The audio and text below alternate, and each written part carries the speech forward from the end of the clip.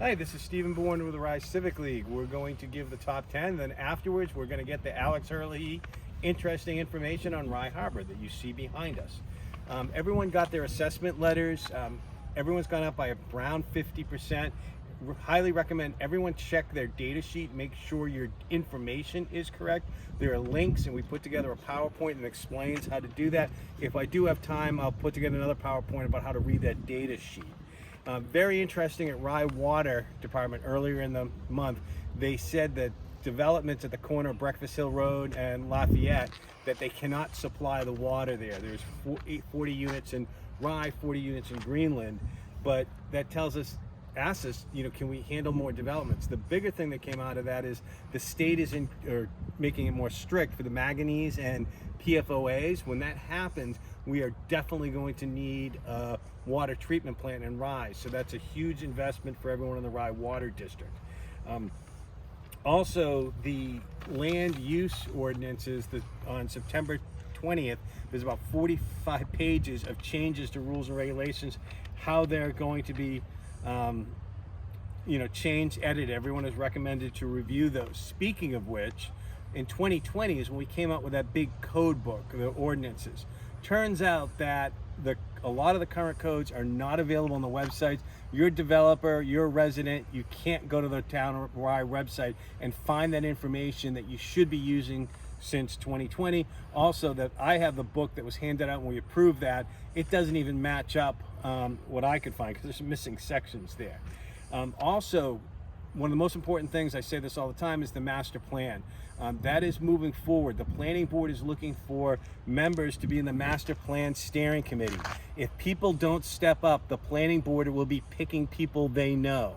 All right, so the planning board should be looking at, everything that hasn't gone right the last 10, 15 years. What could have been in the master plan to prevent this? With the implementation plan that was not part of the discussion in the last meeting that I listened to on the video. Also, the other one is our acting town administrator's Chief Walsh. It's been a month and a half now, and the select board doesn't seem inclined to have an open discussion about what is it Rye needs for leadership structure. Now is the time to do it, and it doesn't appear that we're having those conversations. My colleague. All right, moving on. Just so everybody is probably aware, a level 1 water restriction is now in place. Means if you have an odd street number, you can water Monday, Wednesday, Friday, even Tuesday, Thursday, Saturday. And this applies to Rye Water, Aqueon, and Portsmouth Water customers. As you might know, Rye was settled in 1623, and plans for the Rye 400 celebration next year are taking shape. Lots of activity planned, include a Christmas parade that'll be this December, an art contest, Rye Day in July, a trip to the Isles of Shoals, the scavenger hunt, and many more. There's sponsorships opportunity available, and we provide a link for you for that. The select board will be making Parsons Creek pump out ordinance a health ordinance. So this will allow legal action for approximately 60 properties who have yet to prove septic tank pump out. The town clerk's office will now be closed on Friday afternoons for public business. It's actually in response to many neighboring towns have closed on Friday afternoon, and Rye's been getting a lot of their work. So they will be closed on Friday afternoon. Rockingham County budget has increased by 5%, and with Rye's approximately 50% in assessed value increase, we have to be aware that we may get more of the county tax burden. Rye Civic League was featured in New Hampshire's Municipal Association newsletter. It was a great summary of the history of Rye Civic League and its beginning back from the 60s. Rye Recreation Committee has not been able to meet for the past 2 months as there were not enough members for a quorum. There are 2 current openings, and if anyone's willing, they should look into that. From the ZBA, 93 Board of Adjustment variances have been approved year to date. Most of those are around dimensional relief, wetlands, and non-conformed. Now it's time to learn about Rye Harbor. Alex? Good afternoon, everybody. I'm Alex Hurley of the Civic League, and this is your monthly bit of Rye history. Last bit we did was at the side of the Farragut Hotel. I forgot to mention about those wild baseball games. The band would be playing on the porch of the hotel for the whole game, and upwards of 1,000 people were there. So these folks really knew how to entertain themselves before electricity. But today we are standing at the south side of the harbor, and before 1939, this area was an inlet.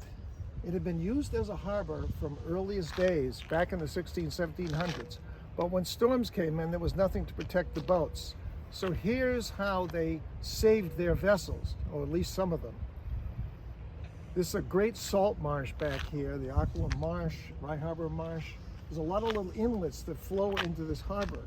They would take their boats up these inlets, and at low tide, they would have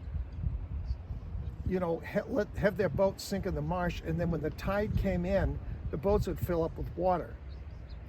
And that would keep them low and protected when the storm came. And then later, after the storm, they wait till low tide and let all the water, and put the plug in, get all the water out, and then sail their vessels off again. So that was their technique.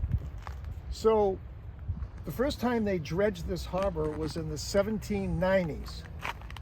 And they used horses and oxen and a lot of shoveling. And Nathan Goss donated 40 gallons of rum. I think that was probably the main motivator. But they got it done by hand. And through the years, various dredging operations, obviously you get into the 20th century, then you start to have machines to do the job. Now, there's been a lot of rich history. There's a book called Just Rye Harbor, which is still in print. We sell it at the museum, and that tells a lot of the rich history here. One of them was the Battle of Rye Harbor in 1814, and the first shot apparently was fired from this beautiful old White Cape house here. British frigate had put ashore looking for supplies, didn't know the shore was defended, and all those farmers were taking pot shots at this barge, and they hightailed it pretty quickly. And of course the word got out that Rye was being invaded, which of course wasn't the case. And by the time people got here, the British frigate was long gone and getting chased off. So in the 20th century, they finally realized with the Army Corps of Engineers that we kept petitioning.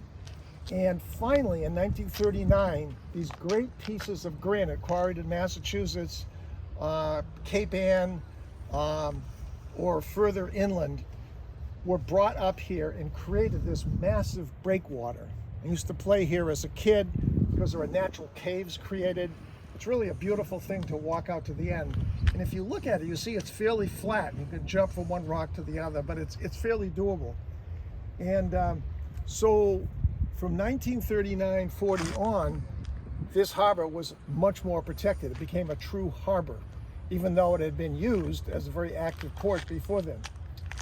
In the 1930s, the New Hampshire National Guard was bivouacked in Rye, and they used to practice their artillery shooting from Ragged Neck, which is on the north side of the harbor. And they would fire at dummy planes out to sea. And that was more popular than any fireworks display. Apparently there were thousands of people who would show up and watch these live artillery firings out to sea at dummy planes. So finally in the 1960s, 1962 to be exact, Rye Harbor was dredged. And this was a much more significant dredge. The machines were better, but we didn't know any better at that time. So we picked up the dredge and we dumped it in the salt marsh on the other side of the boulevard, filling in the salt marsh, which is what we've been doing on the East Coast. It filled up half the salt marshes. So finally, that got done, and the state created a state marina here. So that's when that all happened. And then the harbor has continued to grow as a result of that, with many fishing boats here, although you all know what a struggle it is to try to stay with the fishing business. There are party boats here. Uncle Oscar goes out to Star Island, and there are still people like Mike Anderson going out scallop fishing and so forth. But it is a struggle. But certainly the state did the town and everybody a great favor, because before 1962, there were just a few private docks going out from the south side of the harbor, and that's where the fishermen would use those docks. Now, of course, with the state marina, it's much easier. All right, thank you very much.